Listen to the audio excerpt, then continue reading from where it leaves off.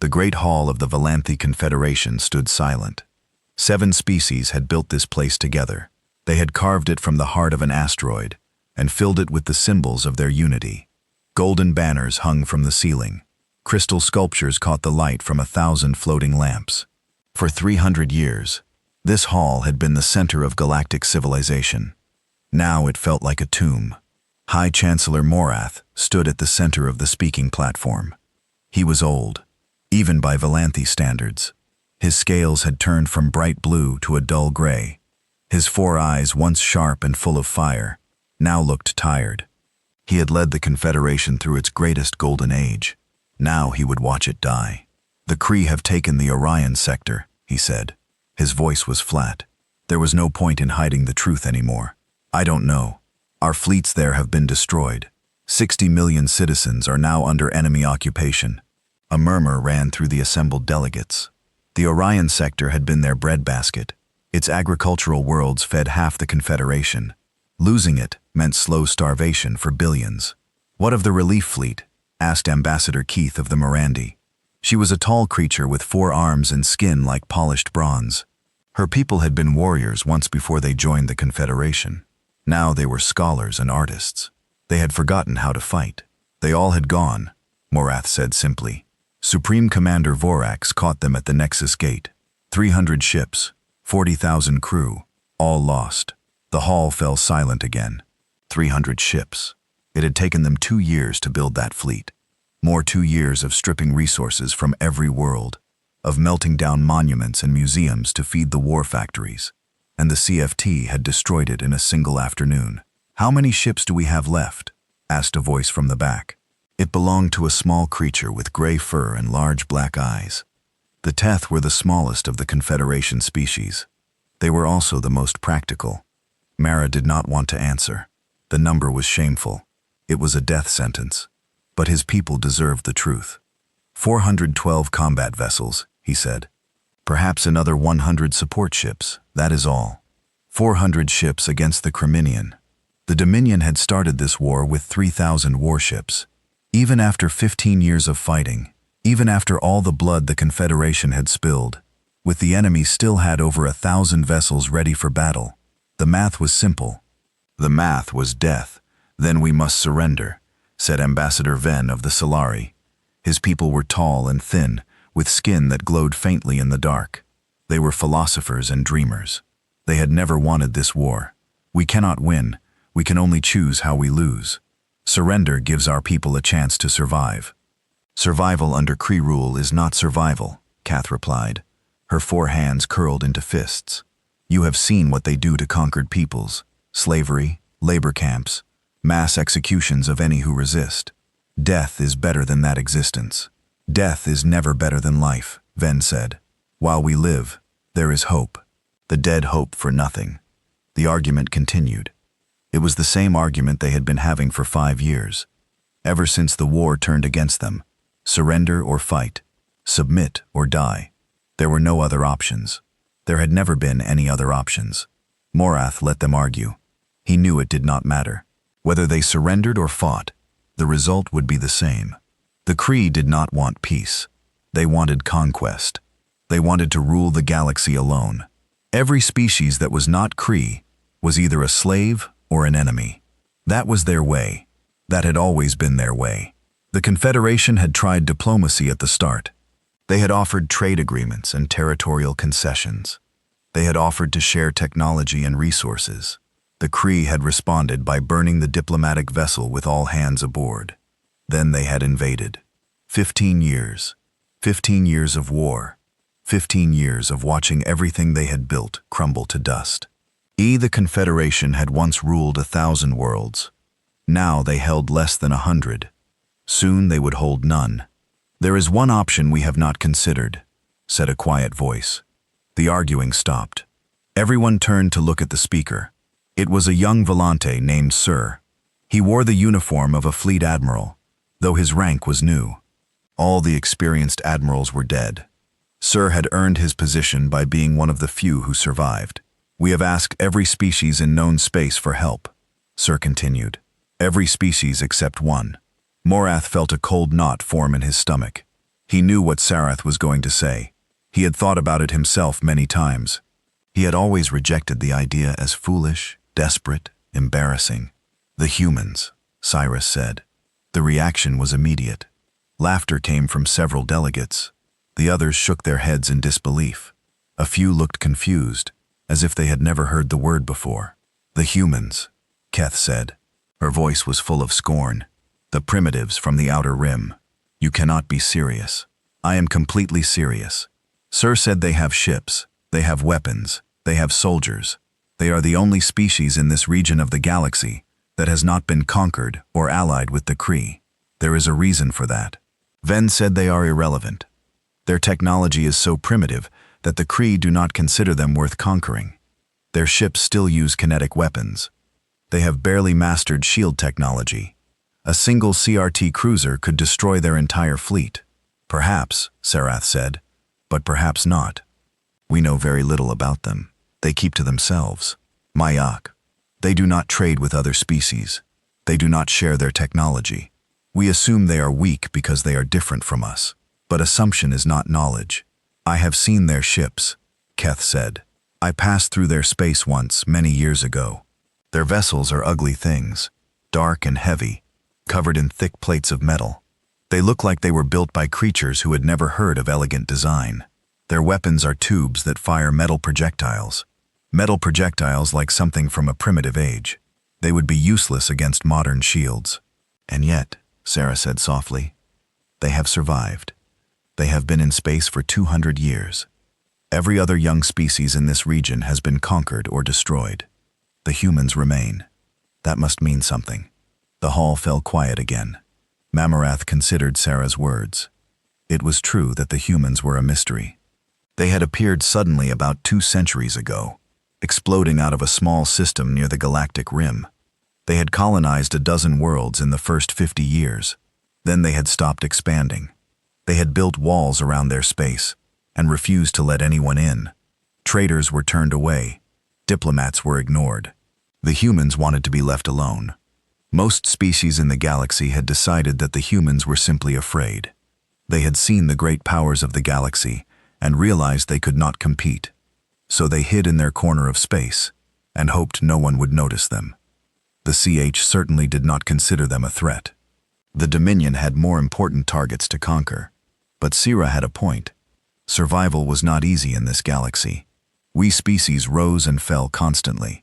The humans had survived for 2 centuries without allies, without trade, without the protection of any great power. That took strength of some kind. Even if they agreed to help, Morath said slowly, what could they offer? 100 ships? 200? It would not be enough to turn the tide. No, Sir agreed. But it might be enough to buy time. Time for our people to evacuate. Time to find a new home beyond Creech. Time for something, anything, to change. Morath looked around the hall. He saw despair on every face. These were the leaders of the Confederation, the wisest and most powerful beings of 7 species, and they had no hope left. They were simply waiting to die. Perhaps asking the humans for help was foolish. Perhaps they would refuse, or their help would be worthless. But doing nothing was certain death. Taking a chance was at least a chance. Very well, Morath said. We will send a message to the humans. We will ask for their help. We will offer them whatever they want in return, and we will pray to whatever gods still listen that they answer. The message went out that night. It traveled through relay stations and communication buoys, crossing thousands of light years in a matter of hours. It reached the border of human space and stopped at a checkpoint station. A human officer read the message. He passed it to his commander. The commander passed it to someone else. The message climbed the chain of command, moving from station to ship, to colony, to the human homeworld itself. 3 days later, a response arrived. Morath read the message in his private chambers. It was short. Humans, he had learned. It did not waste words. We are coming, the message said. Admiral Vasquez commands fleet strength 200 vessels. Arrival 14 standard days. Prepare docking facilities and tactical briefings. We will discuss terms after the battle. 200 ships. Morath did not know whether to laugh or cry. 200 primitive ships against 1,000 Kree warships. It was like throwing stones at a hurricane. But they were coming. Someone was coming to help. After 15 years of fighting alone, someone had finally answered. Morath allowed himself a moment of hope. It was a small, fragile thing, but it was more than he had felt in years. 14 days later, the human fleet arrived. Admiral Elena Vasquez stood on the bridge of the dreadnought So Unconquered Sun and watched the Confederation station grow larger on the view screen. And it was a beautiful structure, she had to admit. All curves and flowing lines like something grown rather than built. The Volante had good architects. The bridge around her was busy but calm. Her crew knew their jobs. They did not need to be told what to do. That was the human way. Train hard, trust your people, and let them work. Receiving docking instructions, her communications officer said, "They want us in Bay 7. Bay 7? Vasquez repeated. She looked at the station layout on her tactical display. Bay 7 was the smallest docking area. It was usually reserved for supply ships and maintenance vessels. The Confederation was putting them in the back corner where they would not be noticed. She was not offended. She understood. The humans were an embarrassment. The Great Confederation, with all its technology and wisdom, Ike had been reduced to asking primitives for help. Of course, they wanted to hide that fact. "Take us in," she said, "and tell the fleet to stay sharp. I want everyone ready for action the moment we finish docking." "Yes, Admiral." The Unconquered Sun moved toward the station. Behind it came the rest of the fleet. 200 ships in perfect formation, destroyers and cruisers and battleships, all painted in the same flat black that absorbed sensor readings. They looked nothing like Confederation vessels. Where Volante ships were smooth and elegant, human ships were angular and brutal. They were covered in thick armor plates. They bristled with weapon turrets. They looked like they had been built for one purpose only: war. Vasquez had served in the fleet for 40 years. She had fought in the colonial wars. And when human colonies had tried to break away from Earth's government, she had commanded ships against pirates and raiders and rebel factions. She had seen more combat than anyone in this region of space. But this was different. This was not a human problem. This was not her fight. The Confederation had ignored humanity for 2 centuries. They had looked down on human technology. They had laughed at human ships. Now they wanted human help. Part of her wanted to refuse. Part of her wanted to turn the fleet around and go home. Let the Confederation deal with its own problems. Let them learn what happened when they dismissed others as primitives. But she had not become an admiral by being petty. And the Krias were a threat to everyone. If they conquered the Confederation, they would not stop there. Eventually, they would come for human space. I'm better to stop them now, while there were still allies to fight alongside. The Unconquered Sun entered the docking bay. Magnetic clamps locked onto the hull. The engines powered down. They had arrived. "Admiral," her first officer said, "there is a delegation waiting at the airlock. The Confederation wants to meet with you immediately." "Of course they do," Vasquez said. She straightened her uniform. It was simple and practical, dark blue with silver trim. No medals or decorations. Human officers did not believe in displaying their achievements. The achievements spoke for themselves. "Let them wait 5 minutes," she said. "Then escort them to the briefing room. I want our tactical team present, and get me the latest intelligence on enemy positions." "Yes, Admiral." Vasquez left the bridge and walked through the corridors of her ship when the Unconquered Sun was not beautiful. Its walls were bare metal. Its floors were grated steel. Everything was functional. Everything was built to survive. She passed crew members as she walked. They nodded to her respectfully, but did not stop working. Human ships did not have time for elaborate protocols. There was always something to do, something to maintain, something to prepare. The briefing room was a simple space, with a large table and a holographic display. Vasquez took her seat at the head of the table and waited. A few minutes later, the door opened, and the Confederation delegation entered. There were 3 of them. A Volante in official robes, presumably a diplomat. A Morandi in military armor, probably their equivalent of a general. And a young Volanth in a fleet admiral's uniform, which surprised her, or he looked barely old enough to command a shuttle, let alone a fleet. "Admiral Vasquez," the diplomat said. His voice was formal and cold. I am Ambassador Tellin. This is General Keth of the Mirandi Defense Forces and Admiral Sirath of the Volante Fleet. We welcome you to Confederation space. Thank you, Vasquez said. She did not stand. She did not bow. Human officers did not perform such rituals. Sit down. We have a lot to discuss and not much time. The delegation exchanged glances. They were not used to being spoken to so directly, but they sat. Before we begin, Tellin said, I must express the Confederation's gratitude for your assistance. We know that humanity has no obligation to help us. Your willingness to risk your ships and your people is a great honor. Save the speeches, Vasquez said. Could you tell me about the enemy? Another exchange of glances. Tellin looked uncomfortable. Keth looked annoyed. Only Sira seemed unsurprised. He leaned forward and activated the holographic display. The Kree Dominion has approximately 1,000 combat vessels. Sir said their main fleet under Supreme Commander Vorax numbers around 800 ships. They are currently positioned here. He pointed to a spot on the star map. The Arcturus Nebula, our last major stronghold. Vasquez studied the display. The Arcturus Nebula was a cloud of gas and dust surrounding a cluster of habitable worlds. It was defensible, but only barely. The Kree could approach from multiple angles. Once they broke through the outer defenses, the inner worlds would fall quickly. How many ships do you have? She asked. Hail 4-2, Sara said, plus support vessels.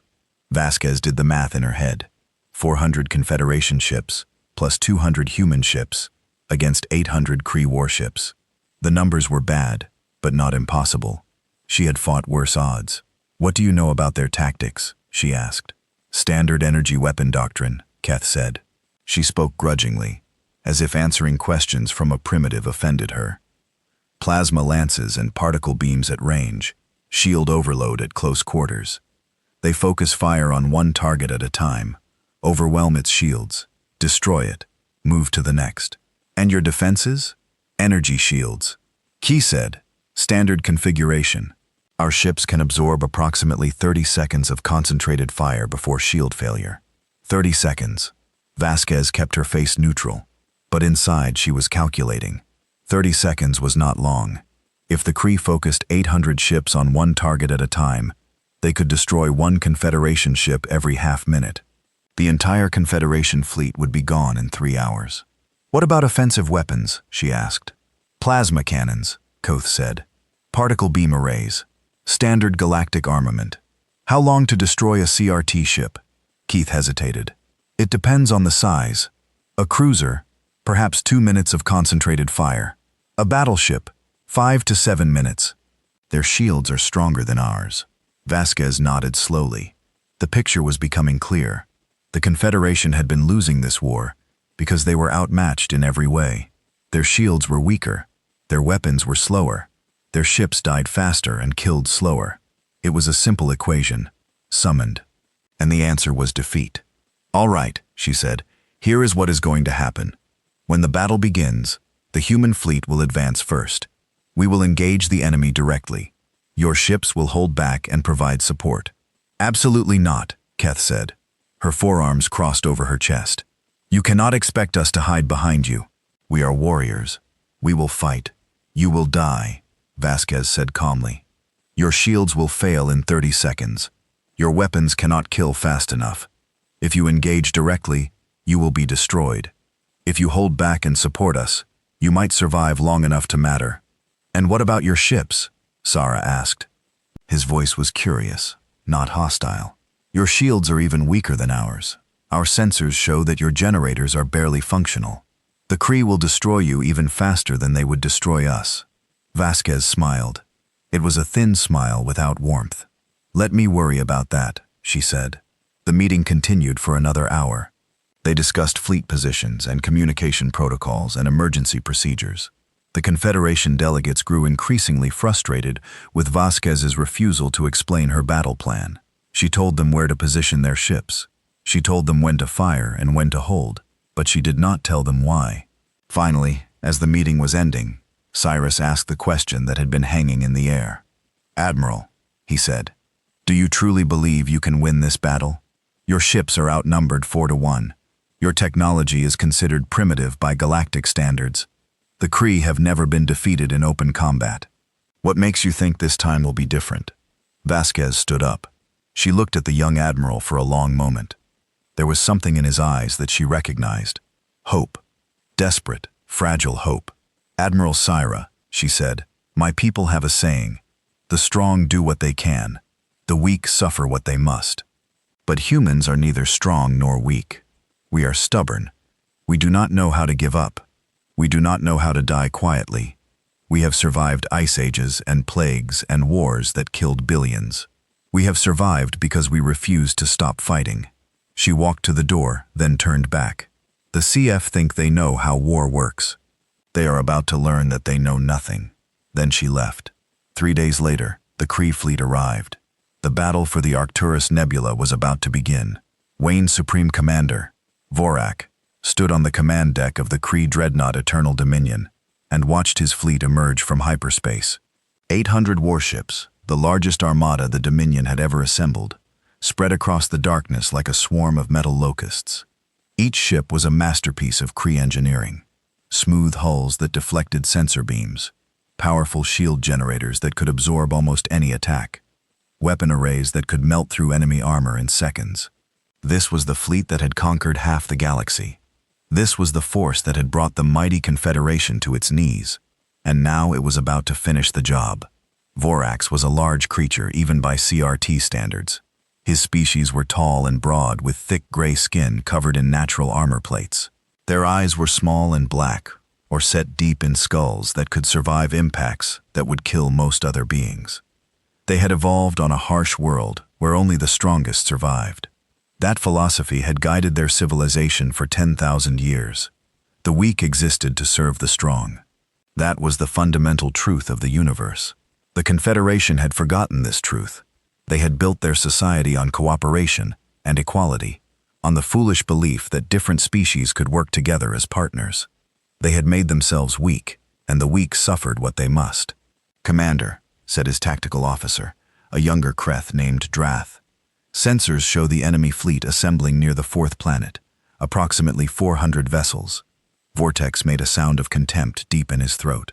400 ships, and the Confederation had once fielded thousands of warships. Now they had been reduced to this pathetic remnant. It was almost sad, almost configuration standard defensive formation. Drath said, they appear to be preparing for a last stand. Of course they were. What else could they do? They had nowhere to run. The Arcturus Nebula was their final refuge. If they lost here, the war was over. The Confederation would cease to exist. Its member species would become slaves of the Dominion, as was proper. Vorax allowed himself a moment of satisfaction. He had waited 15 years for this day. 15 years of grinding warfare, of slowly crushing the Confederation's resistance. There had been setbacks along the way. The Confederation had fought harder than expected, but the outcome had never been in doubt. The strong always triumphed over the weak. Commander, Drath said. His voice had changed slightly. There was a note of confusion in it. I am detecting additional ships at the edge of the engagement zone. Reinforcements? Vorax felt a flicker of annoyance. Had the Confederation found more allies somewhere? It would not matter in the end, but it might delay his victory. I do not believe so, Commander. The ships do not match any known Confederation design. They appeared to be Drathpaws studying his console. They appeared to be human vessels. Vorax turned to look at his tactical officer. Human? Yes, Commander. Approximately 200 ships. They are positioning themselves at the front of the Confederation formation. Humans. Vorthax searched his memory for information about the species. They were newcomers to the galaxy, having achieved faster-than-light travel only a few centuries ago. They lived on the outer rim in a small cluster of systems that no one cared about. The Dominion had not bothered to conquer them because they had nothing worth taking. Their technology was primitive. Their military was a joke. They were irrelevant. And yet here they were, flying into a battle that was not their concern. Interesting. Show me their ships, Vorax commanded. The main view screen shifted to display the human fleet. Vorax studied the vessels with professional curiosity. They were ugly things, he decided. Where Kree ships were smooth and efficient, human ships were angular and crude. They looked like they had been hammered together by creatures who had never heard of proper design principles. And their hulls were covered in thick plates of some dark material. Their weapon turrets looked like simple tubes, probably kinetic cannons of some kind. "Analysis?" he asked. Drath worked at his console for a moment. "Their ships have shield generators, but they are extremely weak. Our weapons could overwhelm them in seconds. Their armor appears to be standard metallic composite. Nothing special. Their weapons are kinetic projectile systems, as expected. Primitive but functional. What is their purpose here?" "Unknown, Commander. Perhaps the Confederation convinced them to help with promises of territory or resources." Vorax made another contemptuous sound. The humans had been foolish enough to answer the Confederation's call for help. They had flown across the galaxy to fight in a war they could not win. They would die alongside their new allies, accomplishing nothing. Still, he felt a small measure of respect for them. They had chosen to fight rather than hide. That took courage, even if it was foolish courage. Perhaps he would make their deaths quick as a reward for their bravery. "Maintain course," he ordered. "We will engage the enemy as planned. Target the human ships first. They are in the vanguard, so they will die first. Once they are destroyed, we will deal with the Confederation remnant." "Yes, Commander." The Kree fleet moved forward. 800 ships in perfect formation, their weapons powering up, their shields reaching full strength. They had done this 1,000 times before. They knew exactly how this battle would go. Across the void, the Confederation fleet watched them come. And Admiral Syra stood on the bridge of the Volante battleship Starlight's Edge and tried to control his fear. He had commanded ships in combat before, but never anything like this. The enemy fleet was twice the size of their combined forces. The Kree had better weapons, better shields, better everything. By every calculation, this battle was already lost.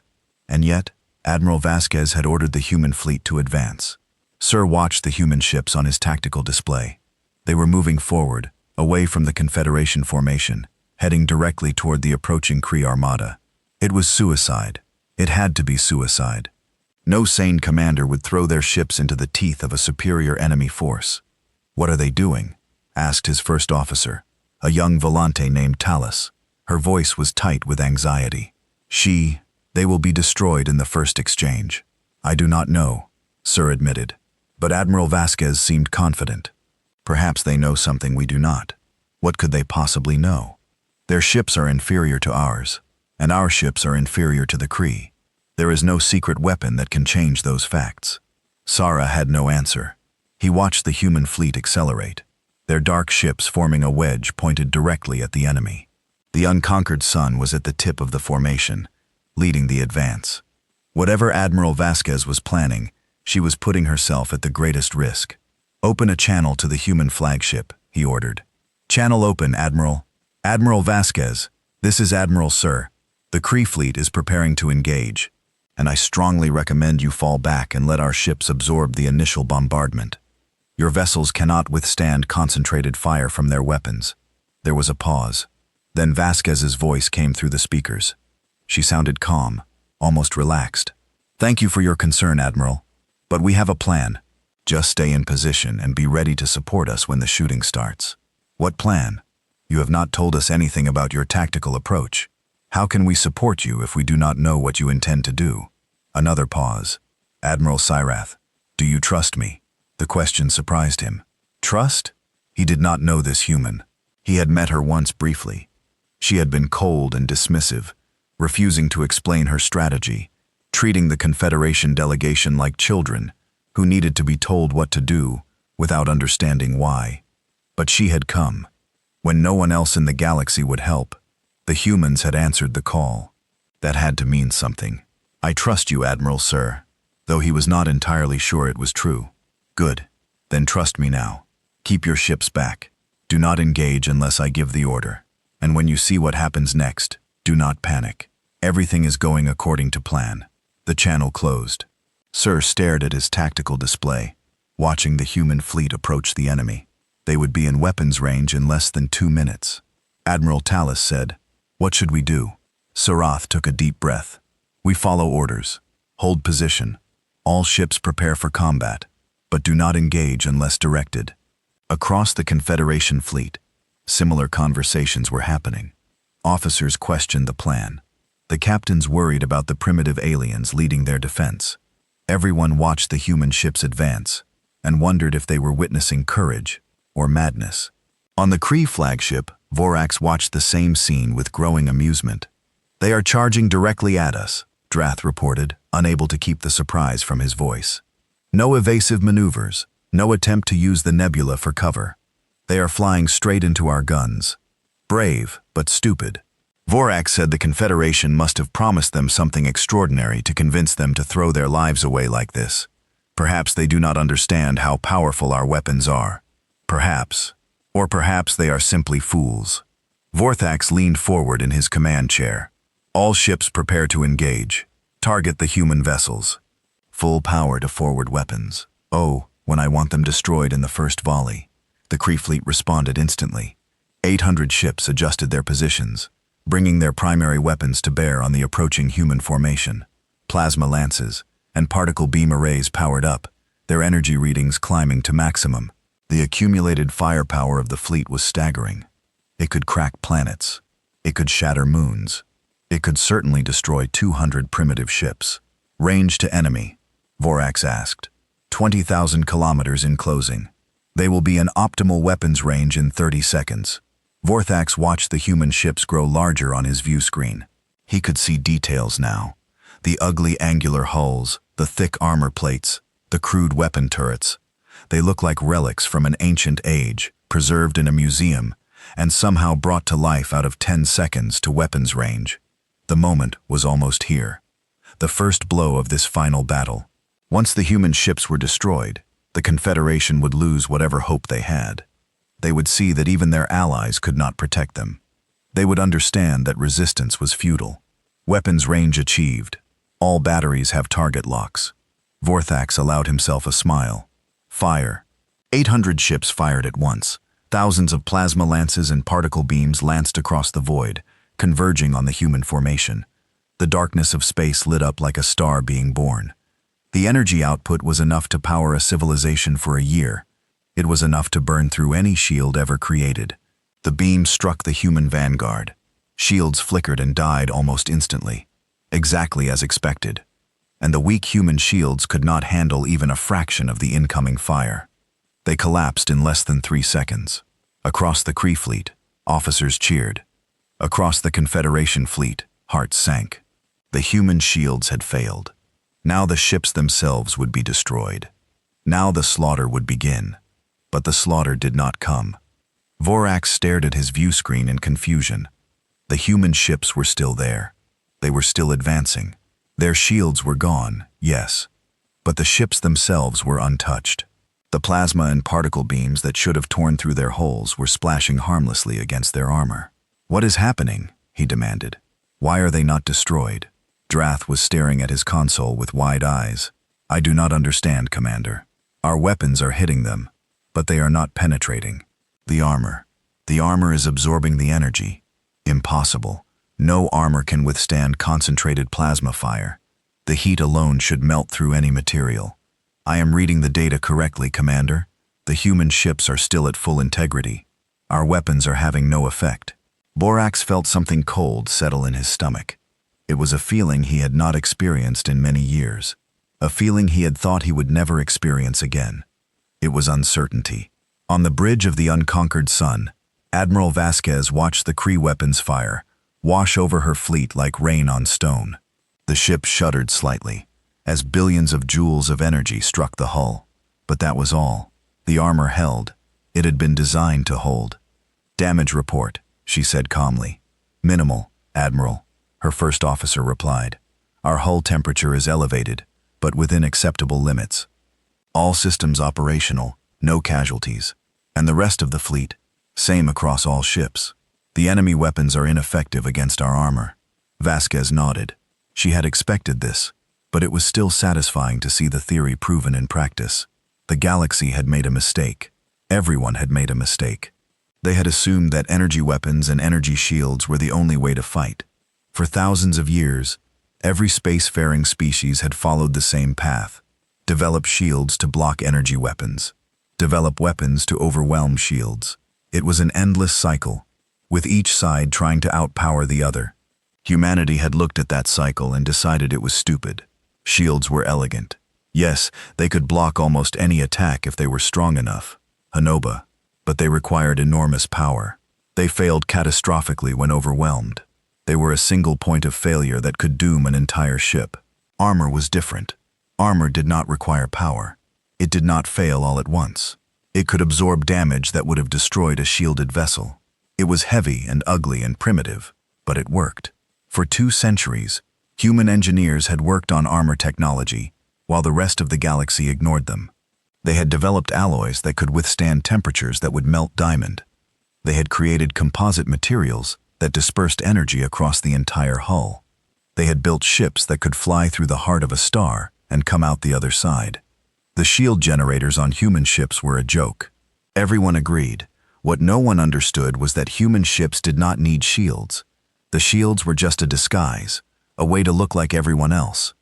The real defense was the 10 meters of advanced armor plating that covered every human vessel.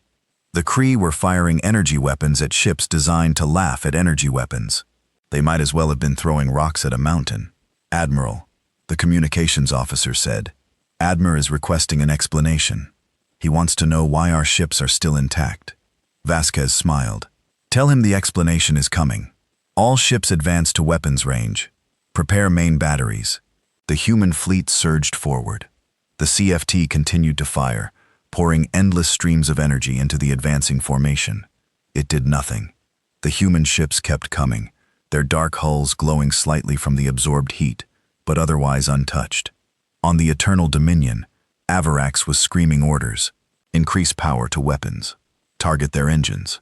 Find a weak point. "We are at maximum power, Commander," Drath replied. His voice was shaking. "There is no weak point. Their armor is uniform across the entire hull.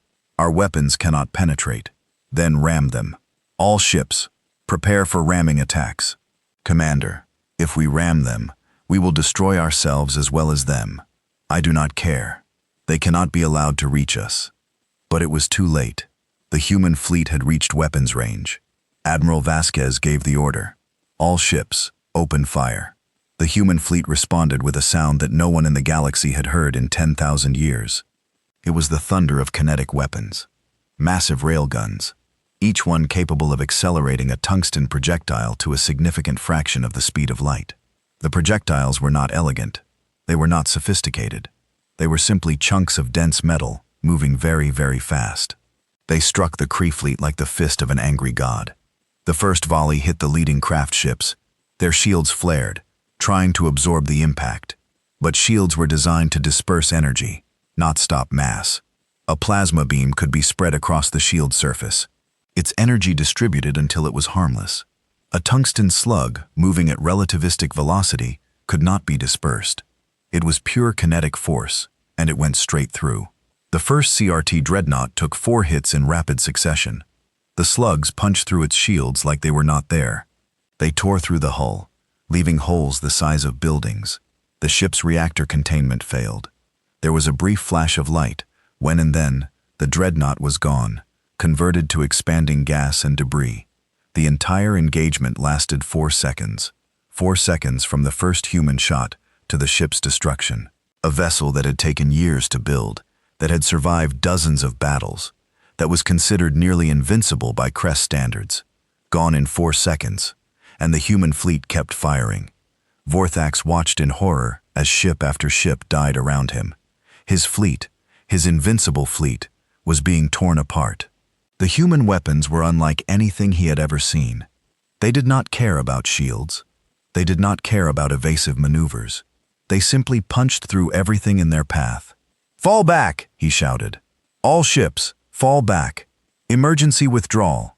But the human fleet was not going to let them escape.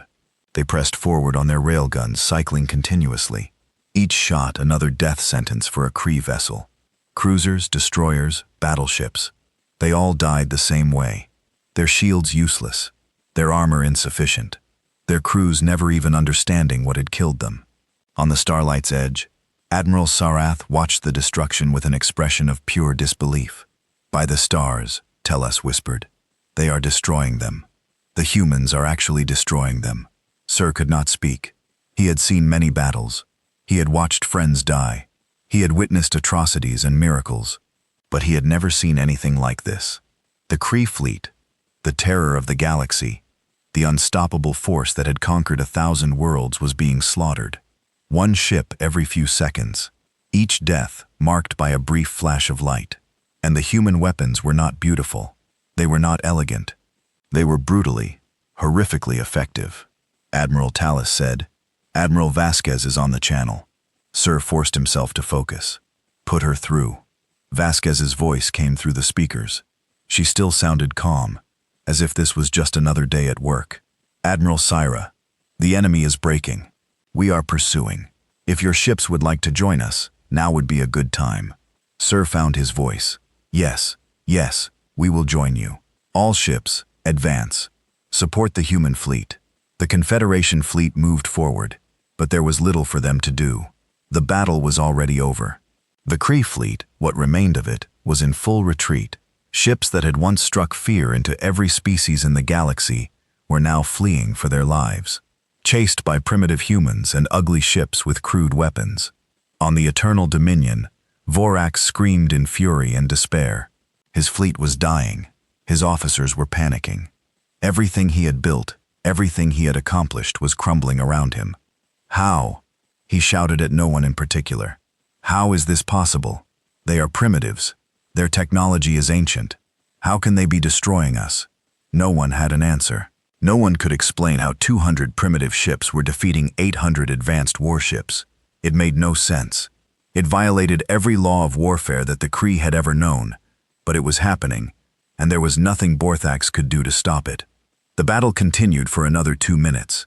In those 2 minutes, the human fleet destroyed 112 Kree vessels. They damaged another 200, and they drove the rest into headlong retreat, fleeing back the way they had come. When it was over, Admiral Vasquez stood on her bridge and surveyed the wreckage. Broken ships drifted through space, their hulls torn open, their crews dead. The nebula was filled with debris and radiation. "Casualties?" she asked. "None, Admiral. We did not lose a single ship. None. 200 ships against 800, and the humans had not lost a single vessel." Vasquez allowed herself a small smile. "Contact Admiral Sirith. Tell him the battle is over. Tell him the Confederation just won the war." Behind her, through the view screen, the surviving Kree ships disappeared into the distance. They had come to finish off the Confederation. They had expected an easy victory. They had been wrong. The aftermath of the battle was a kind of silence that Admiral Sareth had never experienced before. He stood on the observation deck of the Starlight's Edge and stared out at the debris field that had once been the greatest military force in the known galaxy. Kree warships, broken and burning, drifted through the void like leaves scattered by a storm. Their lights were dead. Their weapons were cold. Their crews were gone. It should have been impossible. Every calculation, every simulation, every prediction had said the same thing. The Confederation would lose. The numbers were clear. The technology gap was real. The Kree were stronger, faster, better armed. They should have won. But they had not won. They had been destroyed. And Syrath could not understand how. "Admiral," it was Tallis, his first officer. She had been standing nearby, unequally silent, equally stunned. "The human flagship is requesting permission to dock. Admiral Vasquez wishes to meet with you." Sir nodded slowly. "Grant permission. Prepare a reception in the main conference room." "Should I summon the other senior officers?" "No, just me. I think I need to understand this before I try to explain it to anyone else." Tallis looked at him with concern in her eyes. She was young, but she was smart. She knew that something fundamental had changed today. The universe they thought they understood had revealed itself to be something entirely different. Sara made his way through the corridors of his ship. The crew members he passed were subdued, speaking in whispers if they spoke at all. They had witnessed a miracle. They were still trying to process what it meant. The conference room was a large space, with a long table and comfortable chairs. It was designed for diplomatic meetings, with artwork on the walls and a view of the stars through a wide window. Today, The view was of destruction. Wreckage filled the space outside, catching the light of the distant sun. The door opened, and Admiral Vasquez entered. She was alone, which surprised Sir. He had expected her to bring officers or guards, but she walked in by herself, her hands clasped behind her back, her face calm. "Admiral Syra," she said, "thank you for receiving me. Thank you for saving us." Syra replied. He gestured to a chair. "Please, sit." They sat across from each other. For a moment, neither spoke. The silence stretched between them, heavy with unasked questions. Finally, Sarah could not wait any longer. "How?" he asked. "Ara, how did you do it?" Vasquez tilted her head slightly. "What do you mean?" "You know what I mean. Your shields collapsed in seconds. Our sensors confirmed it. The Kree weapons destroyed your shields almost instantly. By every measure we understand, your ships should have been helpless.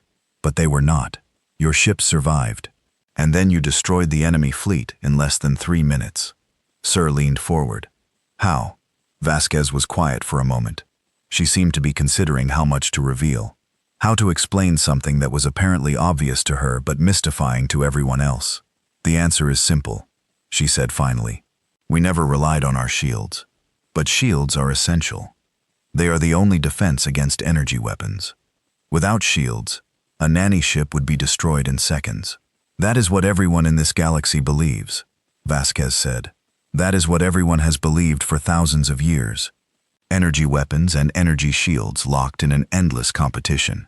Each side tries to build stronger weapons, stronger shields. The entire philosophy of space combat is based on this idea. Because it works, does it?" Vasquez gestured toward the window, toward the debris field outside. "Those ships out there were protected by the most advanced shields in the galaxy. How well did those shields work?" Sir had no answer. The Kree shields had been useless against human weapons.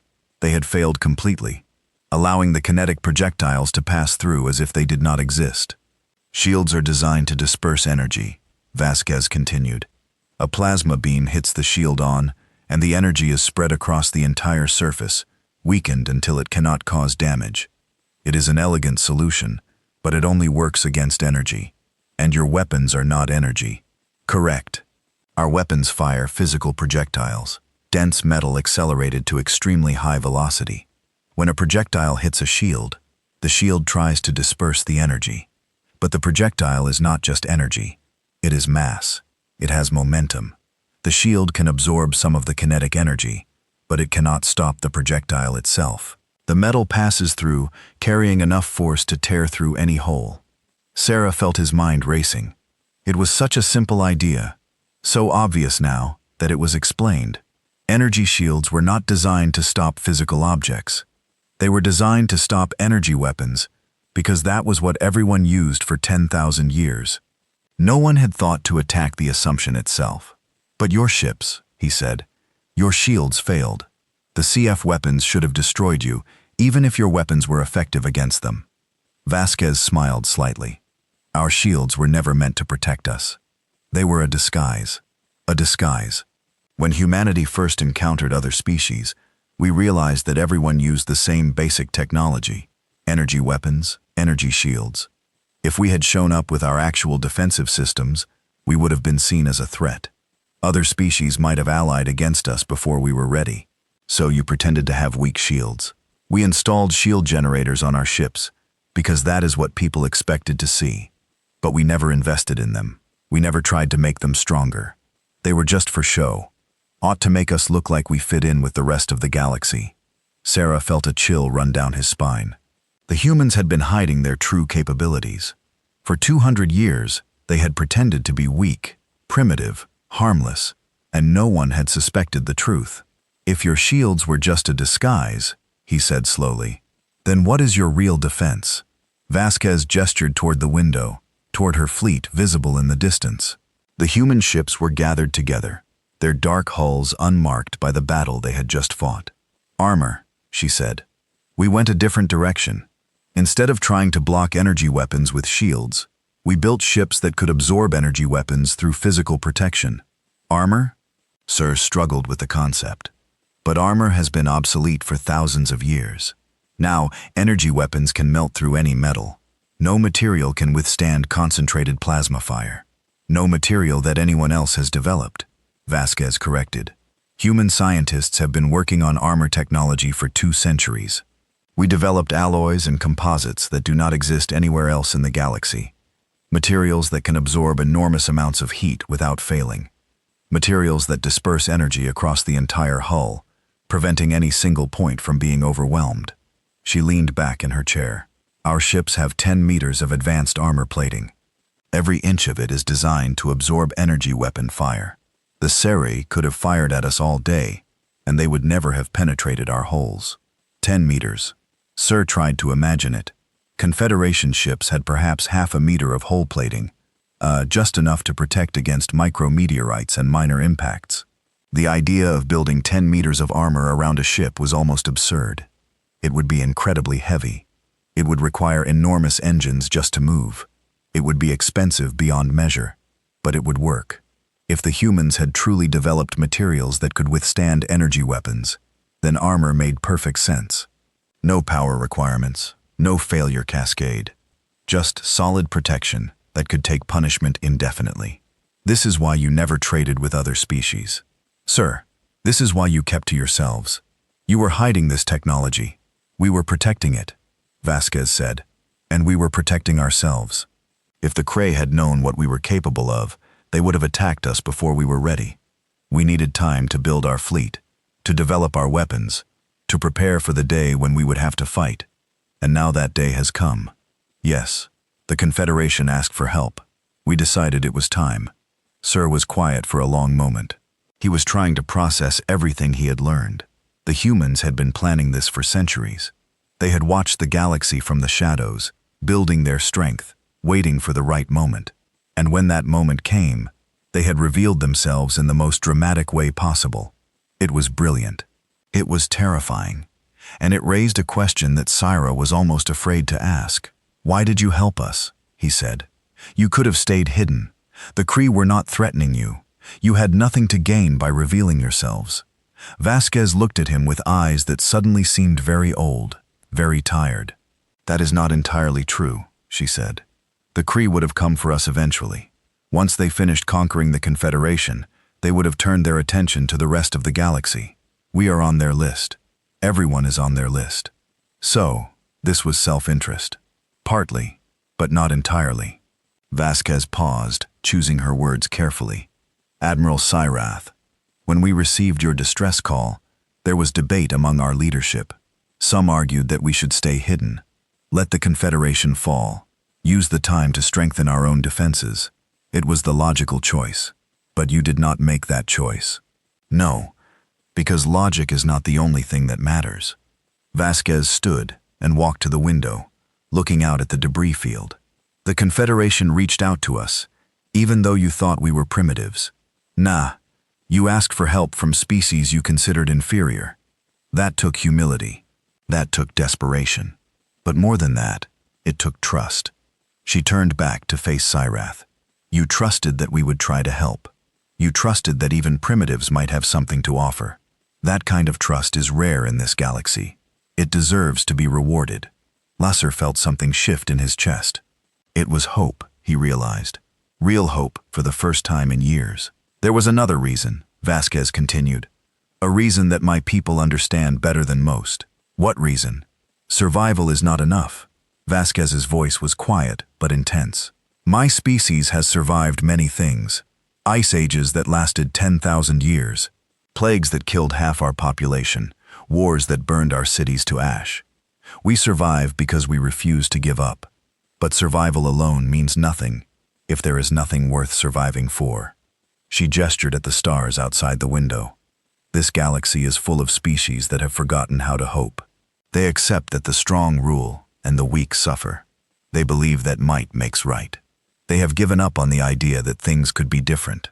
The Confederation tried to be different. Sarah said softly, yes, you tried to build something based on cooperation instead of conquest. You failed, but you tried, and that matters. That matters more than you know. Vasquez returned to her seat.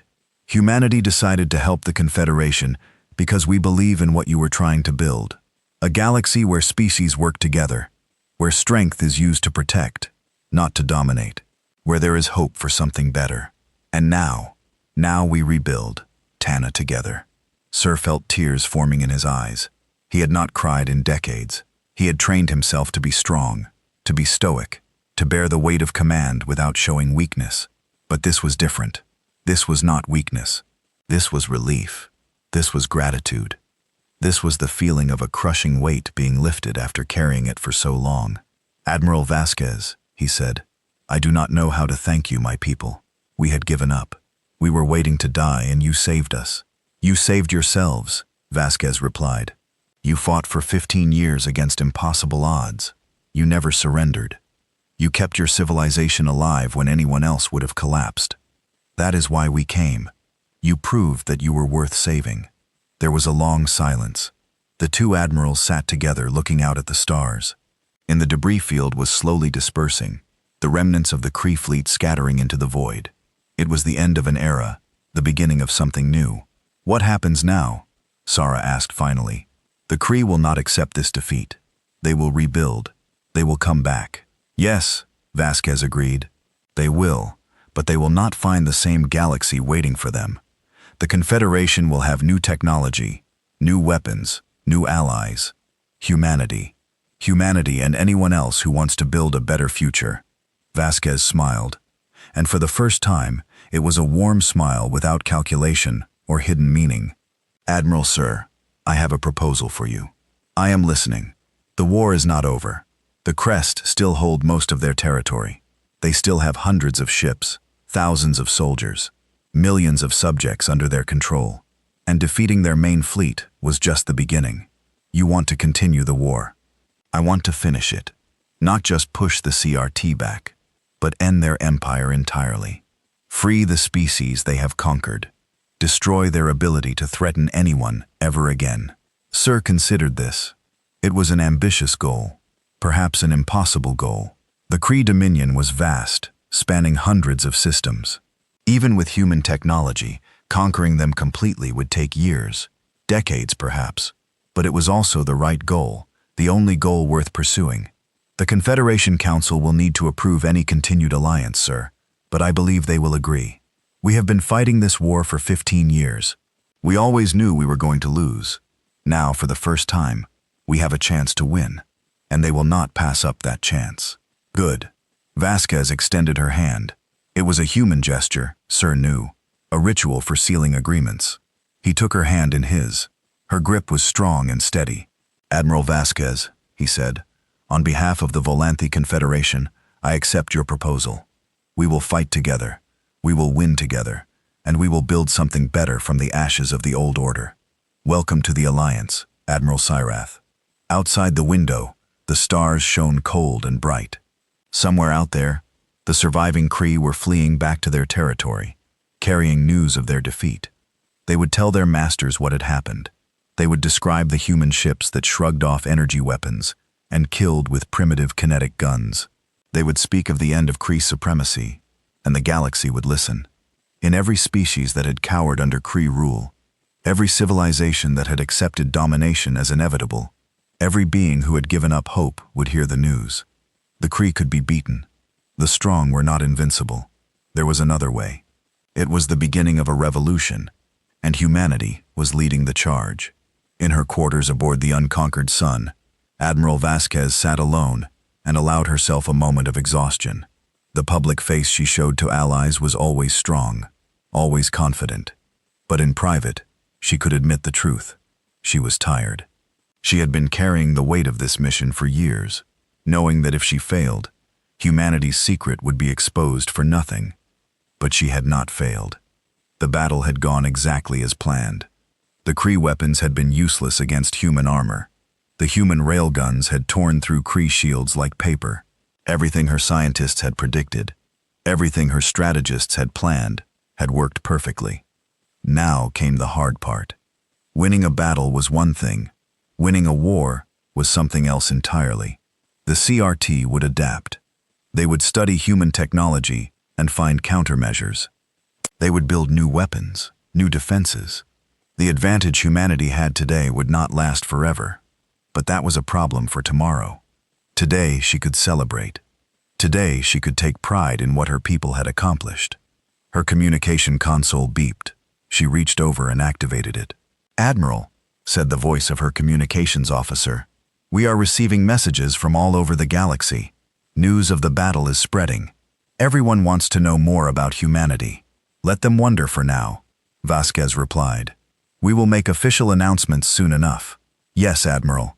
There is one message that I think you should see personally. It is from Earth, from the President." Vasquez sat up straighter. "Put it through." The screen flickered, and the face of President Chen appeared. She was an older woman with gray hair and sharp eyes, the leader of humanity for the past 12 years. She looked tired, but pleased. "Admiral Vasquez," she said, "I have been watching the battle reports. Outstanding work. You have made humanity proud. Thank you, Madam President. The credit belongs to the crew. They performed flawlessly. They did, and so did you.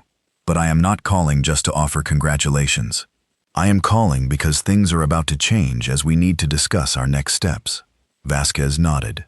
She had expected this conversation. The galaxy knows about us now. We cannot hide anymore. Exactly. For 200 years, we have stayed in the shadows, building our strength, waiting for the right moment. That moment has arrived. The question is, what do we do with it? I have already begun discussions with the Confederation leadership. They are receptive to a continued alliance.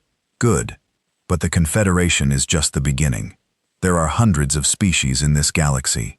Many of them are suffering under Kree rule or living in fear of CRT expansion. They need to know that there is an alternative. You want to expand the alliance? I want to build something new.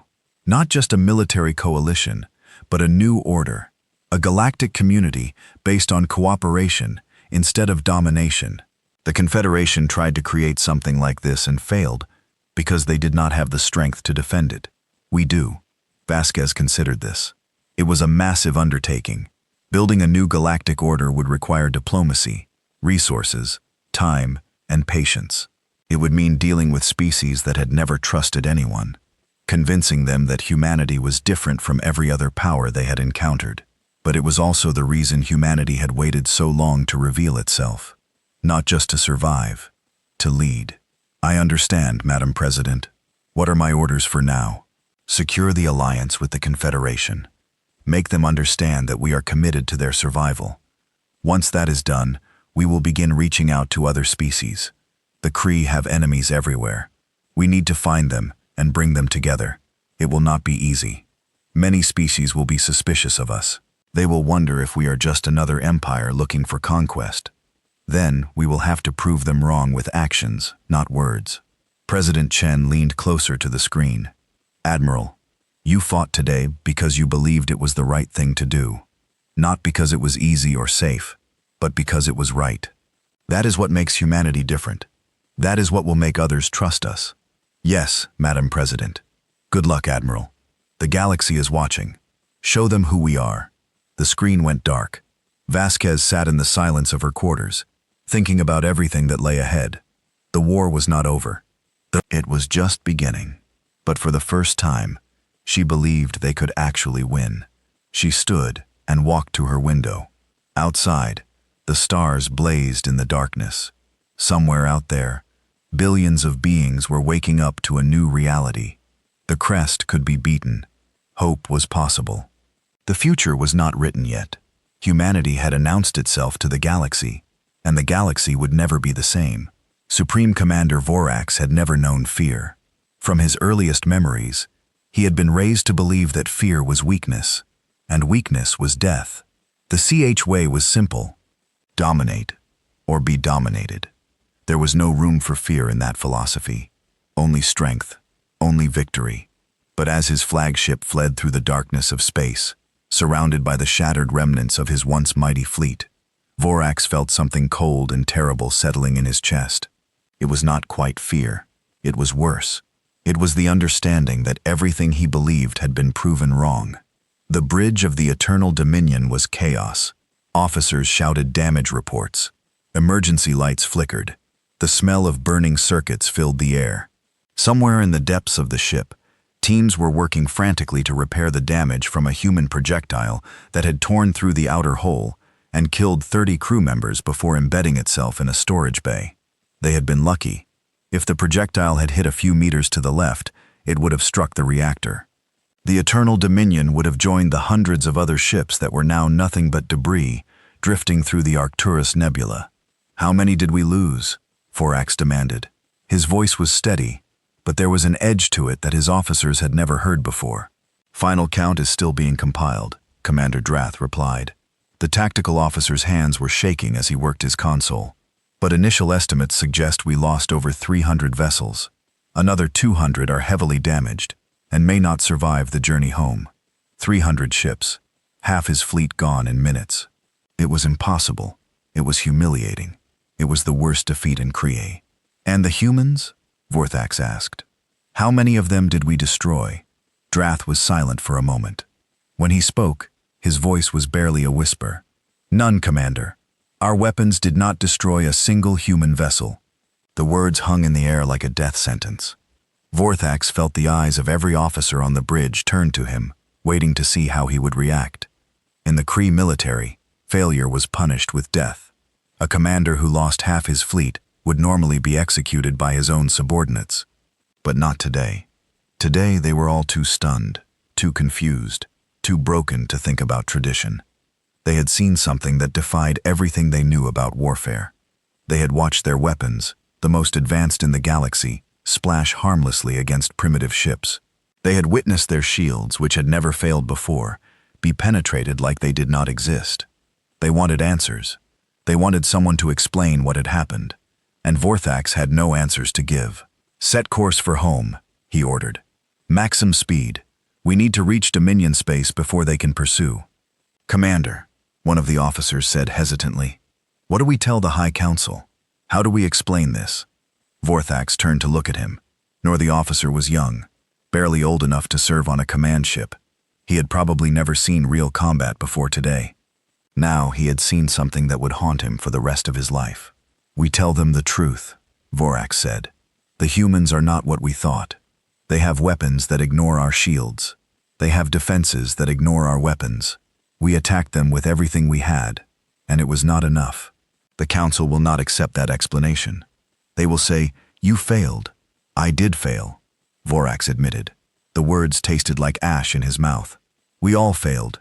We have been fighting wars the same way for 10,000 years, and we assumed that no one could challenge us. We were wrong." The bridge fell silent. The Eternal Dominion continued its flight through space, his engines straining to put as much distance as possible between them and the humans. Behind them, the debris of their fleet spread across the void like a monument to their defeat. Vorax walked to the main view screen and stared out at the stars. Somewhere behind them, the human fleet was probably celebrating. They had achieved something that no one else in the galaxy had ever managed. They had broken the Kree war machine. He thought about what this would mean for the Dominion. For 10,000 years, his people had built their civilization on conquest. They had taken what they wanted because no one could stop them. They had enslaved other species because they were strong enough to do so. Strength was the only virtue that mattered. Victory was the only measure of worth. But what happened when strength failed? What happened when victory was no longer possible? The Dominion had no answer to that question. They had never needed one. Across the galaxy, news of the battle was spreading like wildfire. Communication networks that had been built to connect thousands of worlds now carried a single message. The Crest had been defeated. The unbeatable Empire had been beaten. The galaxy was changing. On the slave world of Taos 4, a Mirandi worker heard the news from a fellow prisoner who had intercepted a transmission. The Mirandi was old, worn down by years of labor in the Kree factories. He had long ago given up hope of ever being free. But when he heard what the humans had done, something stirred in his chest that he had almost forgotten. It was hope. Dangerous, wonderful hope. On the trading station of Nexus Prime, Honai merchants and travelers gathered around display screens showing footage of the battle. They watched human ships absorb CRT weapons fire without flinching. They watched Kree dreadnoughts explode one after another, killed by weapons that no one had seen in 10,000 years. They whispered to each other in amazement and fear. Who were these humans? Where had they come from? What did they want? On a hidden asteroid base deep in uncharted space, a group of rebels who had been fighting the Kree for decades gathered to watch the same footage. They had been reduced to hit-and-run attacks, stealing supplies and disrupting communications. They had believed their cause was doomed, that they would eventually be hunted down and destroyed. Now they saw possibility. The CFT could be beaten. The Empire could fall. There was a chance. And on Earth, humanity's homeworld, a young child watched the news with her parents. She did not understand all of it. She did not know what a railgun was or why armor was better than shields. But she understood one thing.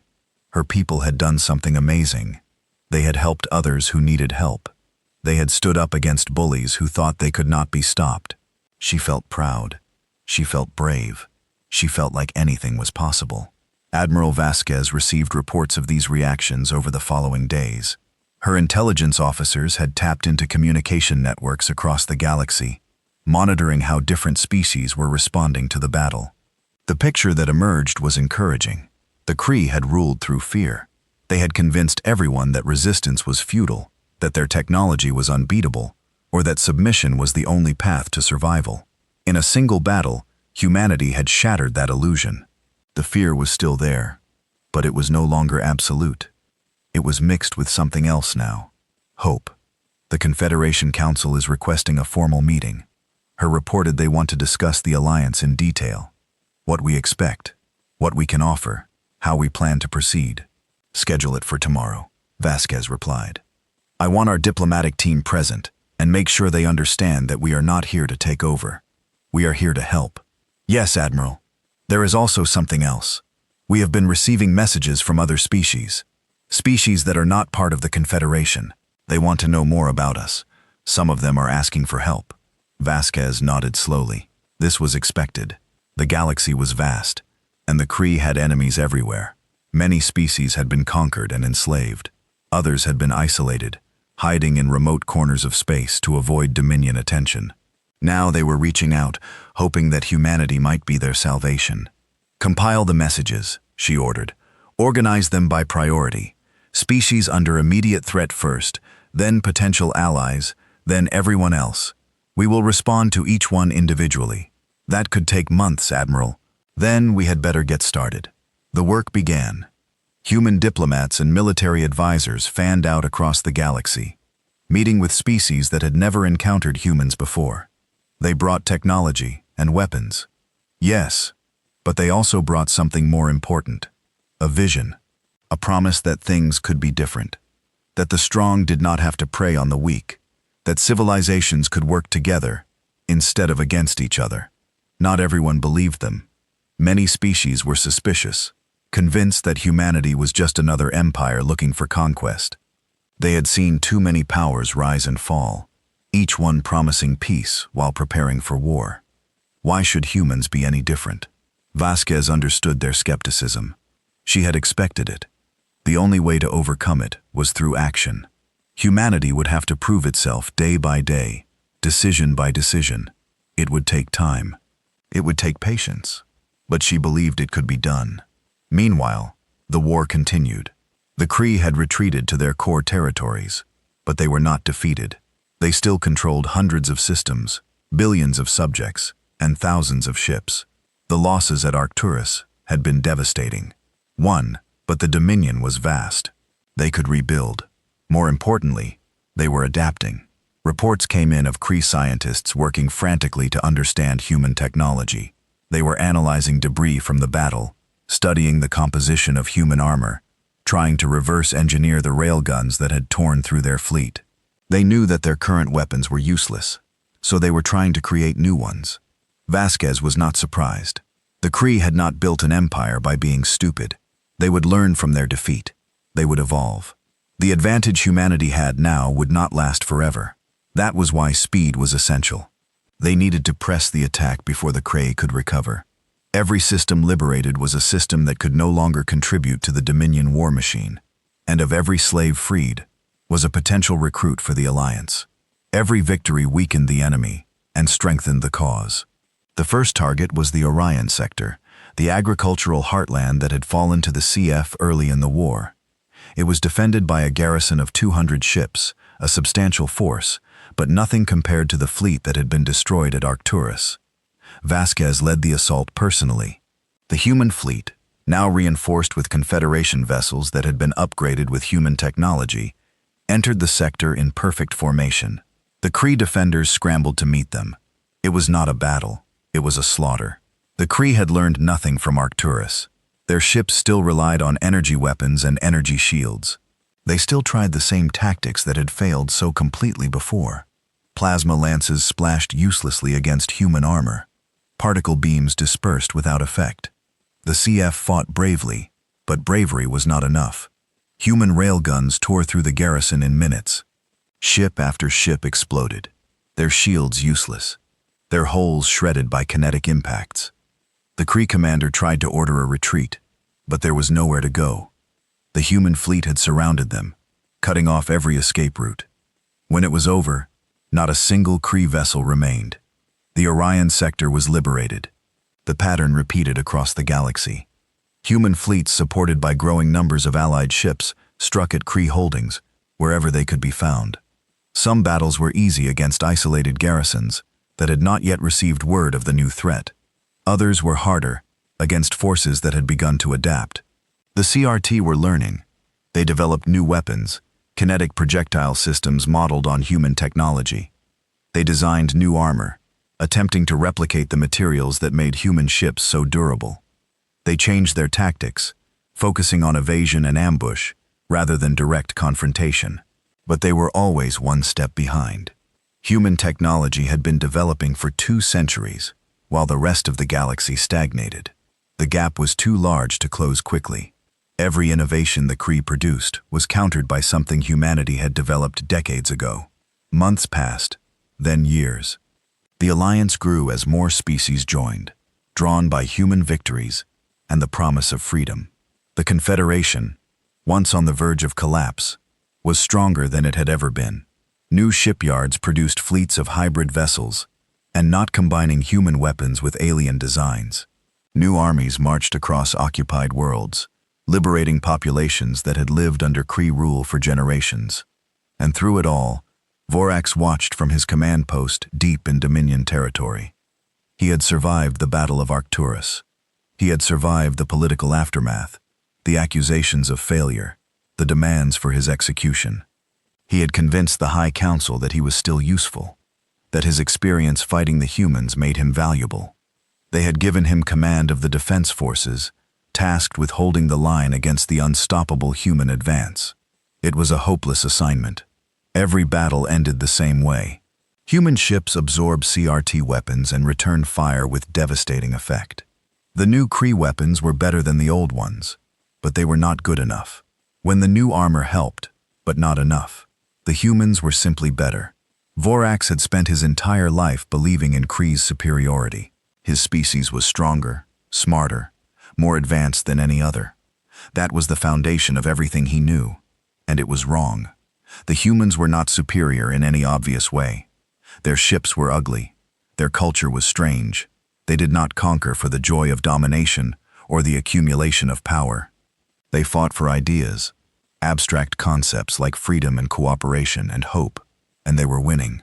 Vorax stood at his command console and watched the latest reports scroll across his screen. Another sector fallen, another fleet destroyed, another system liberated. The Dominion was shrinking day by day, its territory eaten away by an enemy it could not stop.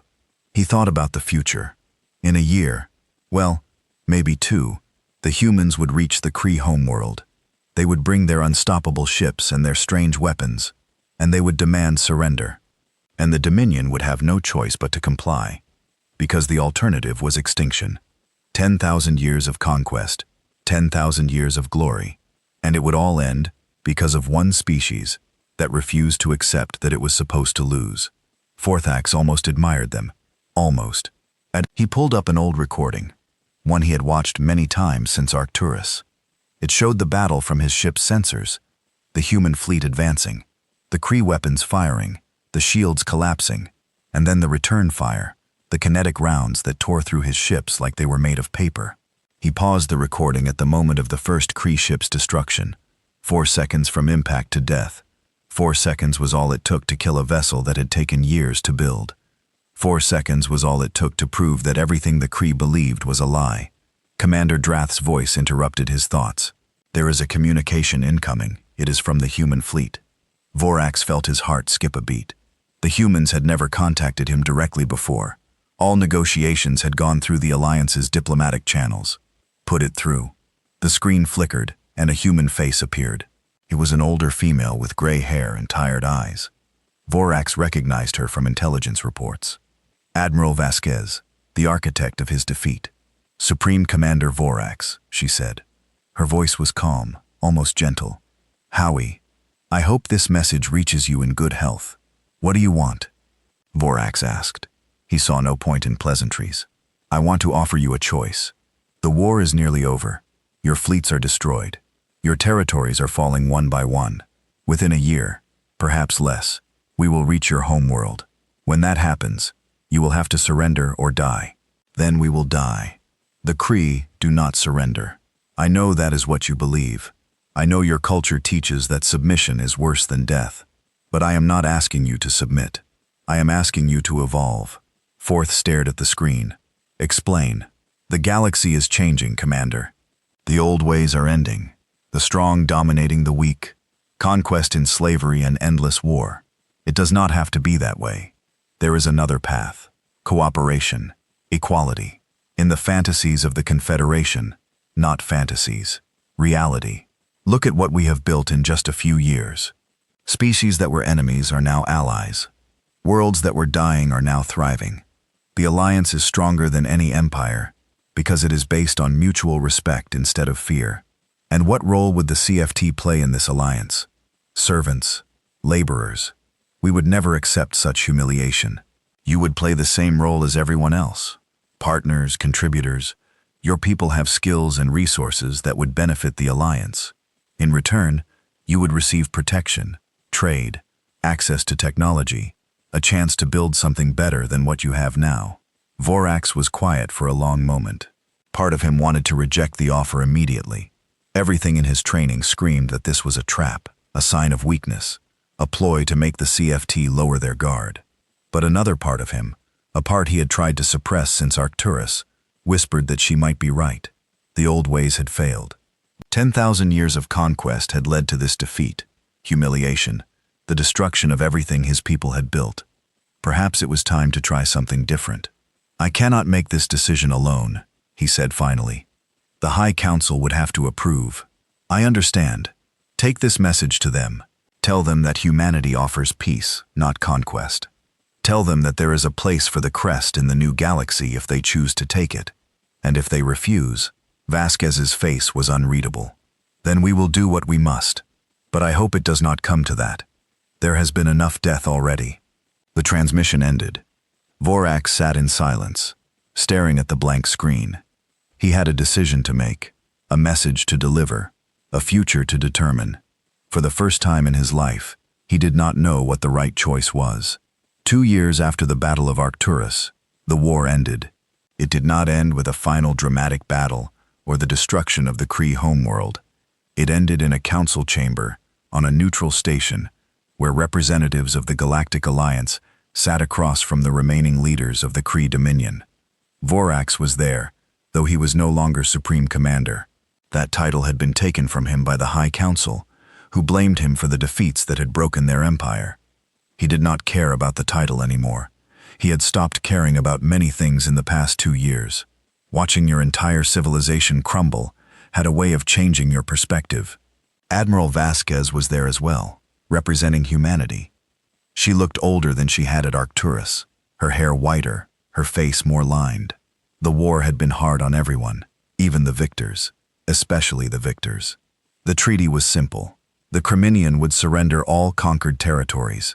They would free all enslaved populations. They would reduce their military to a defense force, only with strict limits on ship numbers and weapon systems. In exchange, they would be allowed to keep their homeworld and their core systems. They would not be destroyed or occupied. They would have a chance to rebuild.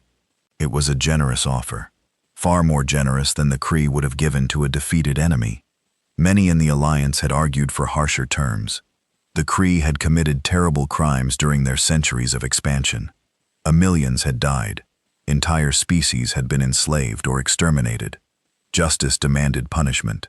But Vasquez had pushed for mercy, not because she was soft or naive, but because she understood something that her critics did not.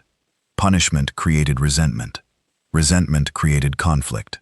If the Alliance wanted lasting peace, it needed to offer the Kree a path forward, a reason to change rather than a reason to seek revenge.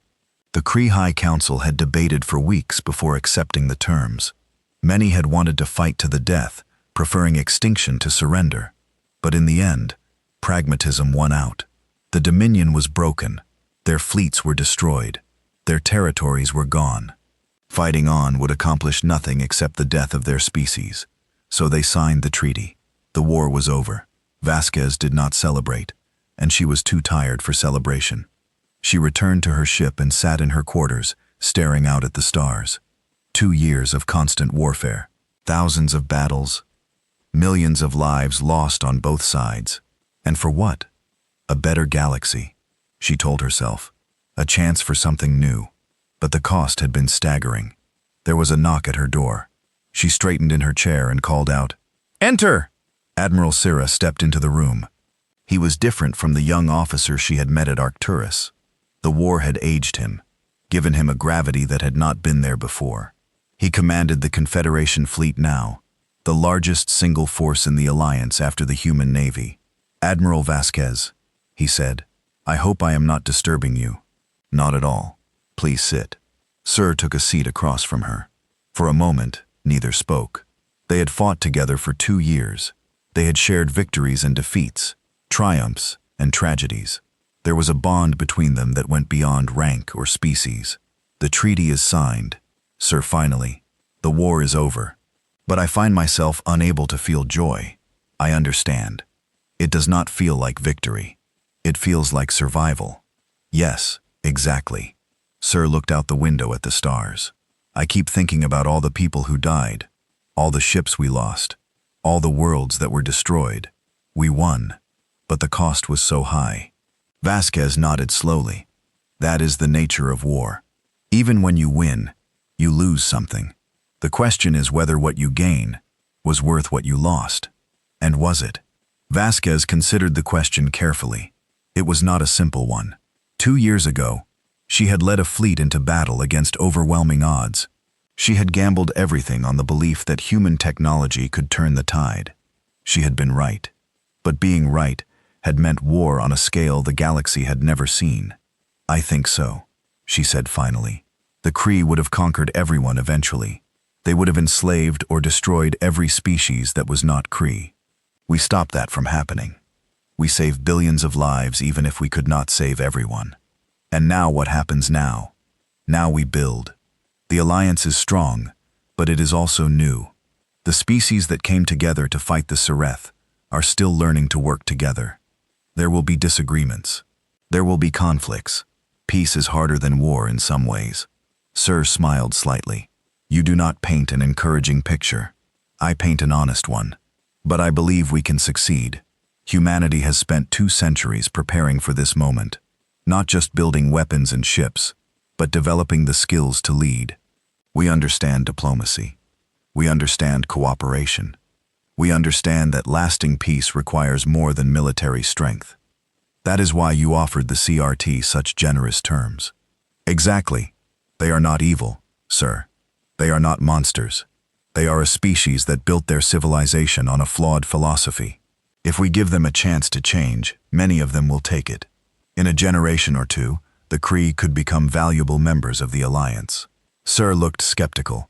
"That is a very optimistic view, perhaps. But optimism is what has kept humanity going through dark times. We believe that things can get better. We believe that people can change. Watch. We believe that the future is not determined by the past.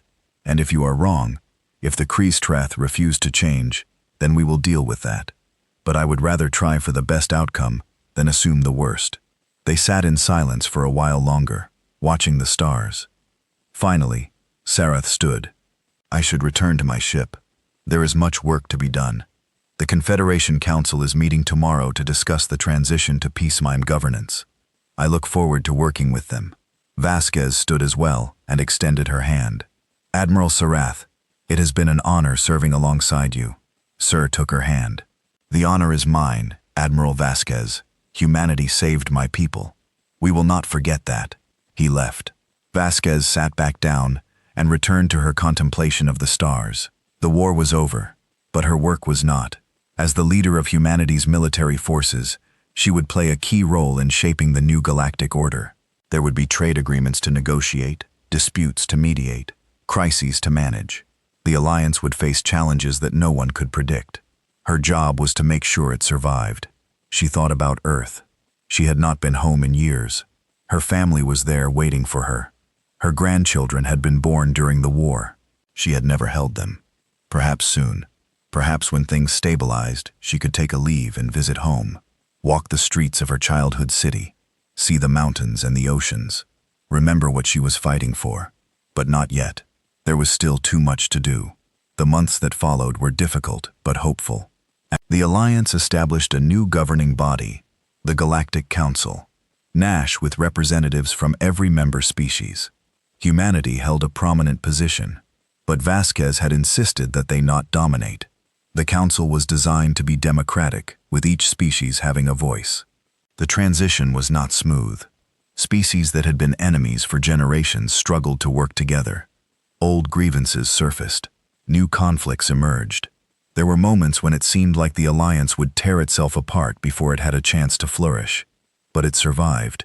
Slowly, painfully, the different species learned to trust each other. They built trade networks and shared technology. They established peacekeeping forces to handle disputes. They created schools where young beings from different worlds could learn together. The CF surprisingly adapted better than many had expected. The younger generation, those who had grown up during the defeat, were more open to change than their elders. They saw that the old ways had led to disaster. They wanted something different. Not all of them, of course. There were hardliners who refused to accept the new order, who plotted rebellion and dreamed of revenge. But they were a minority, growing smaller each year. Most Kree simply wanted to live their lives, raise their families, and find their place in the new galaxy. Vorax was one of them. After the treaty was signed, he had retired from military service. He had no taste for politics, and the High Council wanted nothing to do with him. So he returned to his home world and tried to find a new purpose. It was not easy. He had spent his entire life as a warrior. He did not know how to be anything else. For the first year, he drifted, when lost and purposeless. Then he was approached by a human diplomat. She was young, idealistic, full of the boundless energy that humans seem to possess. She asked if he would be willing to speak at a conference about the war, to share the Kree perspective on what had happened. He refused at first. Why would anyone want to hear from a defeated commander? What could he possibly say that would matter? But she persisted. She explained that understanding the enemy's point of view was essential for lasting peace, that former opponents could become teachers, helping others avoid the mistakes of the past, that his experience was valuable, not shameful. Eventually, he agreed. He stood before an audience of 100 species from across the galaxy and told them about the war. Not the battles and the strategies, but the beliefs that had driven the Kree to conquer. The philosophy that had made them see other species as inferior, the blindness that had led to their downfall. He spoke about what it was like to watch everything you believed in collapse, to realize that your entire civilization had been built on a lie, to face the choice between clinging to the past and embracing an uncertain future. When he finished, there was silence, then slowly applause.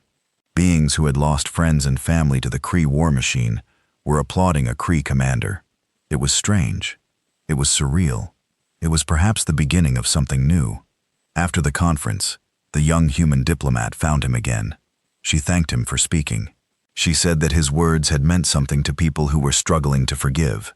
Vorax asked her why humanity had been so generous to its enemies, why they had offered peace instead of revenge, why they were trying so hard to build a galaxy that included everyone, even those who had tried to destroy them. She smiled and said one word: stubborn. Vorax did not understand at first. The human explained her species had survived by refusing to give up, by clinging to hope when all seemed lost, by believing that things could get better, no matter how dark they seemed. That stubbornness extended to how they treated others. Humans did not give up on people any more than they gave up on themselves. They believed that enemies could become friends, that societies could change, that the future was not determined by the past. It was naive, perhaps, foolish, certainly by CH standards, but it was also working. The alliance was stronger than any empire had ever been, because it was built on cooperation instead of fear. Species that would never have worked together were now allies, united by common goals and mutual respect. Vorax thought about this for a long time. In the end, he came to a conclusion that would have shocked his younger self. The humans were right, not about everything. They were strange and confusing and often made no sense. But they were right about the most important thing, that strength alone was not enough, that conquest led to defeat, that the only way to build something lasting was to build it together. He became an advocate for cooperation. He traveled across the former Dominion, speaking to CRT communities about the new galaxy. He told them that surrender did not mean submission, or that working with others did not mean becoming weak. That change was not the same as defeat. Some listened, others did not.